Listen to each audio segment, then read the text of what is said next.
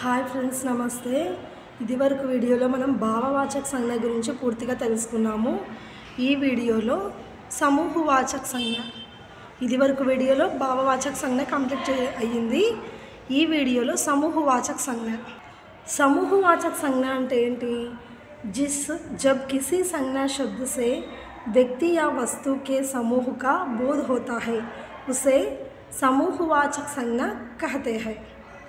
जब किसी संज्ञा शब्द से व्यक्ति या वस्तु के समूह का बोध होता है उसे समूहवाचक संज्ञा कहते हैं.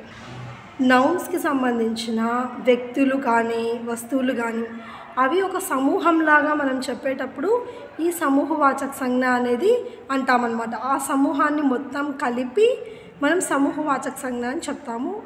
దాన్ని మనం సమూహవాచక సంజ్ఞ అంటాము. ఇంగ్లీష్లో కలెక్టివ్ నౌన్. ఇంకో విధంగా వైసా సంజ్ఞ జిస్సే పూరే సమూహ కా బోధ్ హోతా హై. సంజ్ఞ యొక్క పదాలన్నీ కలిపి మనము జిస్సే పూరే సమూహక, దాన్ని మొత్తం సమూహాన్ని తెలియజేసేదే సమూహవాచక సంజ్ఞ అంటామన్నమాట. సో ఇది వేరే డెఫినేషన్. అంటే అదైనా కరెక్టే, ఇదైనా కరెక్టే, రెండు కూడా ఒకే మీనింగే ఉంటుందన్నమాట. నెక్స్ట్ ఉదాహరణ: పరివార్, కక్ష, సేనా, బీడ్, పులిస్, గుచ్చా. ఈ గుచ్చా అనే పదాన్ని ఫర్ ఎగ్జాంపుల్ అంగూర్ కా గుచ్చా, ఈ విధంగా కూడా మనము చెప్పచ్చు అనమాట. అంటే ఆ పదాన్ని అలా యూజ్ చేస్తాం.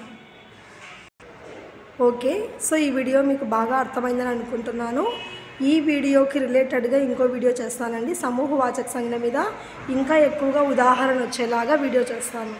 ఓకేనా ఫ్రెండ్స్?